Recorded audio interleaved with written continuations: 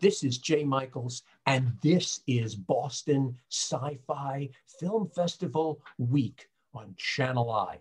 Now, when you think of historic film festivals, immediately that comes out of your mouth is Cannes or Tribeca or anything like that, or suddenly you think Academy Awards and other such things. But did you know that the Boston Sci-Fi Film Festival is the longest running genre festival in America and only the second in the world? So what does that say about it, aside from the fact that it's brilliant, that it's long lasting, that its filmmakers are top notch? And today we're going to be talking to a whole bunch of them. And I have three very fascinating individuals right in front of me. Ladies and gentlemen, welcome. Great to meet you. Tell us a little bit about your films. Professor Bob, we definitely need to start with you. Thank you, Jay. Well, my film is a saddening bore, 'cause I wrote it 10 times or more, and it's about to be writ again, as I ask you to focus on sailors fighting in the ballroom. Oh man, look at those cavemen go. It's the freakiest show.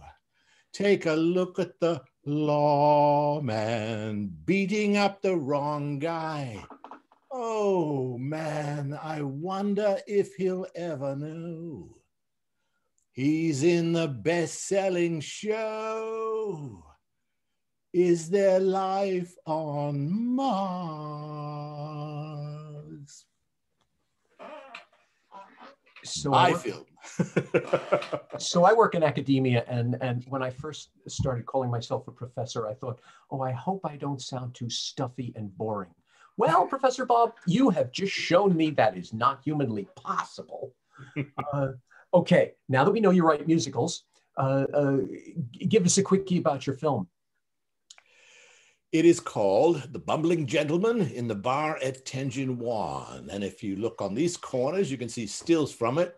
Wow. If you look in these corners, the black and whites, it's a 16mm sword and sorcery film I made 50 years ago. So, Tenjin Wan, I'm the bumbling gentleman. We have a avatar from 3D animation. And I'm called on a case, a murder case with this creature thing. And I encounter a number of individuals. I would say my film is probably a little funny. I don't want to, don't want to press that button too much. It's a little, perhaps a little surreal or what have you. But in a nutshell, it's a film noir set in the future, and there is a moment of an amorous moment on the planet Mars. Right there alone, an amorous moment on the planet Mars. There you go. That's worth the price of admission. What else is worth the price of admission? You did this film 50 years ago? I did the black and whites that I'm showing you 50 years ago. This one is brand new. And so this is like essentially your remake of your own film here. No. Oh. It's been written 10 times or more. Oh, I get it. Oh, gotcha. Wow. Firstly, it looks visually stunning. Secondly, the concept of it is both good old fashioned and highly visionary. And if we're talking visionary, wow. Between you and the things I'm seeing, this must be an amazing movie. When does it show? When is your showing at the Valentine's Day? It shows at 5 o'clock on Sunday, Valentine's Day, right in the midst of the marathon, so people can jump in and jump out. Wow. But I'm celebrating on Valentine's Day. Very happy to be in SF46. I've got badges from SF13 and 14 and the like, and I actually visited with the Garen Daly back in the Orson Welles Theater for the very first iteration of the science fiction festival. Wow. Well, of course, on Valentine's Day, when you have an amorous moment on Mars. Brilliant. Raeshelle Cooke, tell us about your film. So it's a short sci-fi, and it's set in the year 3000. And an African-American woman, she wakes up in a post-apocalyptic post-apocalyptic ghost town, and all Black women are now extinct. And so she stumbles upon these futuristic news goggles that tell her how it happened. So the film was called Woke, with quotation marks. She thought she was woke before, but it changes her whole perspective on what being woke actually is. She becomes truly woke for the first time when she looks through the goggles and sees how it all happened. That's really incredible. Thank you. You kind of take interesting takes here. The year 3000. It's so interesting. If we look at sci-fi films of everything from 50 years ago to just a few years ago, we're seeing things that are supposed to have happened in the year 2000, in the 2020, 2022. I think we're supposed to be Soylent Green by now, but that's beside the point. So now we're hitting all the way into 3000. And you're making two very powerful statements. One about being woke. The notion of true enlightenment. You're kind of showing us that yeah, okay. Oh, you think you're enlightened. Okay. So yes. That's really powerful, but really powerful. So African-American women are extinct in your film.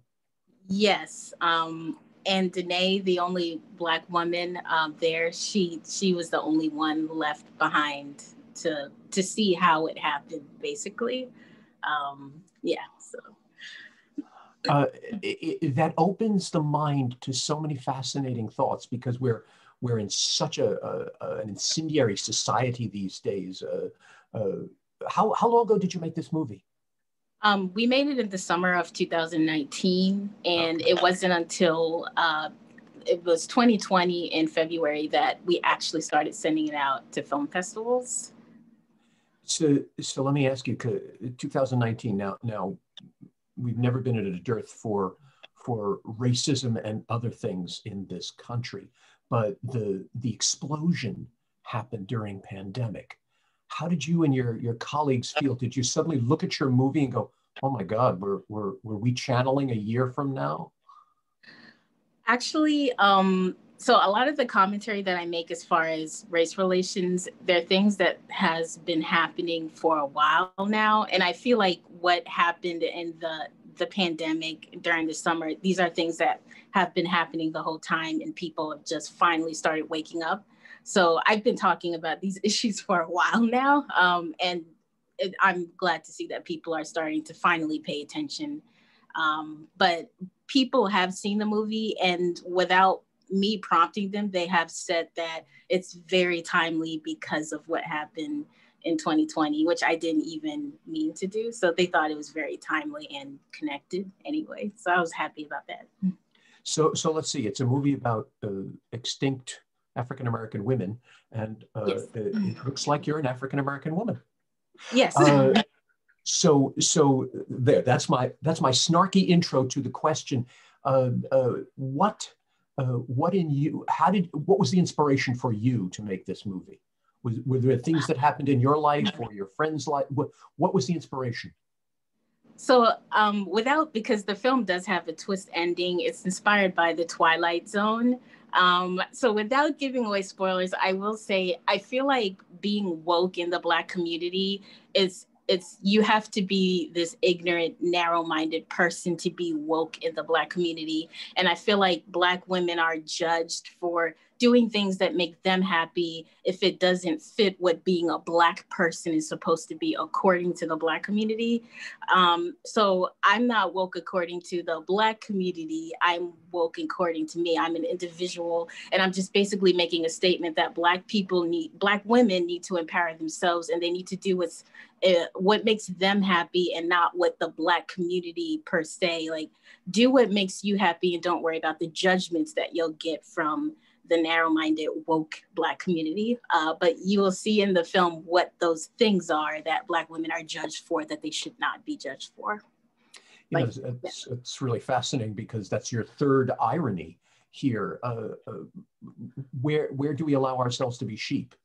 And so you're essentially saying, okay, why follow any demands of any community that may run counter to your own heart, your own soul? Yes, absolutely. So this is really a salute to the individual, which, yeah. Oh, that's excellent. When's it running? So it would be Wednesday. I believe that's February 5th, 3 p.m. At the Boston SciFi Science Fiction Film Festival. Wow, you're early on. Excellent. Yes. Excellent. Yeah. Good. Set the stage. Good for you. Yeah. Wowie. Rocky, what do you have in this festival?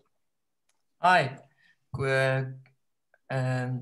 my name is Rocky. Yes, I'm from Belgium. I hope you can understand my Dutch accent a little bit. And now I remember you from the meeting because that's how you started. Yes, that's what I say hello, always. I'm sorry, can you understand me? Yeah. Yes, we can. Yeah. So yeah, it's very cool to be a part of the science fiction festival. So yeah, I'm really honored. Tell us about your movie. Oxygen is a science fiction film that explores how far someone is willing to go in order to survive. So our main character, she is Dr. Fox, and she crashes on a planet, and she needs to survive with one oxygen bottle. Now, on that planet, there live bottlers, and these are little creatures with an oxygen bubble around their body. Now, at a special moment, the oxygen bottle of the main protagonist, Dr. Fox, is empty, and she needs to make a big decision. Is she going to steal the oxygen of the bottlers, or is she going to sacrifice herself? And that's a big moral dilemma because she's a doctor, she don't want to kill.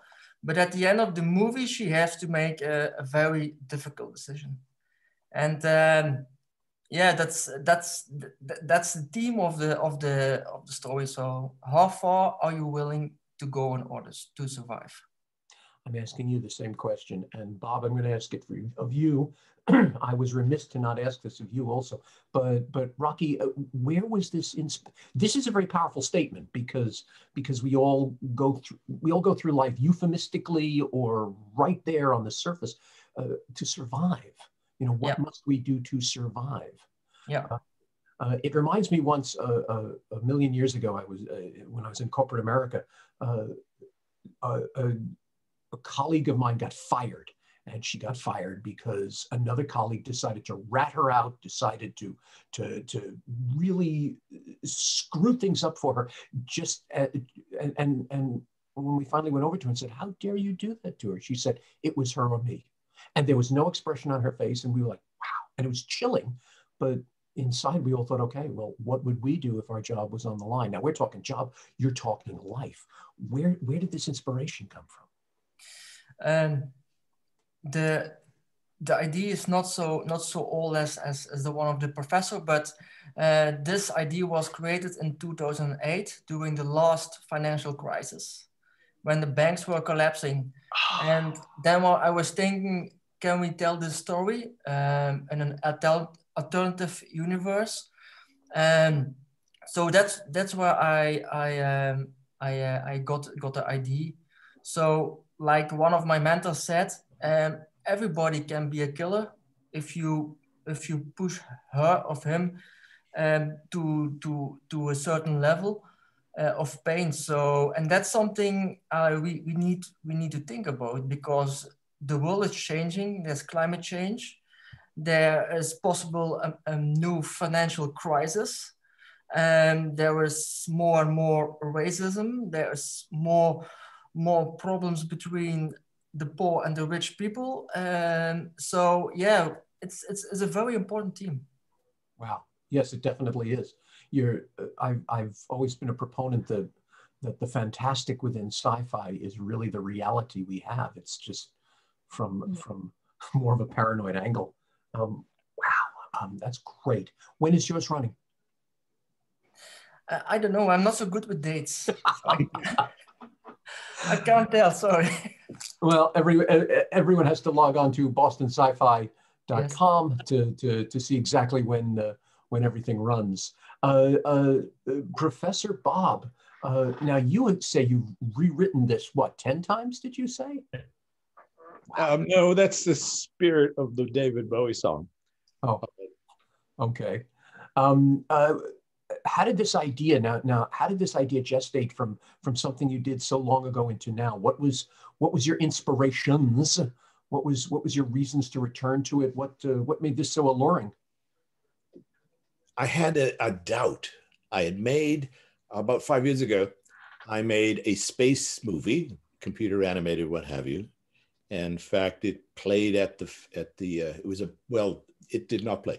I didn't know how it would be received. So I became a live action bumbling gentleman, like Walt Disney in the old days used to introduce his movies on TV, standing in front of his bookshelves. And I was a little bit extreme, a little bit, off the whatever. And so I created this live action character and put it at the front of the movie. And it received I actually put a laugh track underneath my delivery in case people didn't get the point that I was trying to be funny. So once that had been well received, I decided to move into I'm going to make myself a character in the animation. And so that's where the bumbling gentleman avatar, the bumbling gentleman creature dressed in white with a long white beard and etc. That's where it was born. Gandalf's brother Bob. Tell me, mine is a short film. Are the other two features or shorts? Ladies and gentlemen, are you features or shorts? Raeshelle? A short film. Rocky? Short film. Cool. Raeshelle, you said the magic words. You said the Twilight Zone. I think that set the pace for so many things. And when I see so many short films, I think to myself, okay, there's a Twilight Zone episode. And I think so many people are seeing that great parable. I happen to adore short films because it gets you immediately. It's while we all want to sit and be enveloped by the 90-minute, 2-hour film, when we want to get a powerful message across, as you all three are, let's hit them hard and hit them fast. Thank you. Really great. Thank you so much, all of you, for being part of this. Really excited about this. Oh my God, Bob, I can't stop looking at the things behind you. Oh my God. No attention to the man in front of the curtain. There you go. I commend you all for grabbing powerful topics, for finding imaginative ways of doing things. And I can't wait to hear all the reactions to your movies. Thank you so much for being here, and give them hell next week. Thank you too, Jay. Thank you. Thank you, Jay. Ciao. Bye-bye. Bye. For everyone who wishes to attend, you can search for Boston Sci-Fi at bostonscifi.com. There will be information up on Channel I. Go to J Michaels Arts, JayMichaelsArts.com for a link to Channel I to hear this interview and all others. And while you're there, please press subscribe. And here's to more filmmakers at Boston Sci-Fi.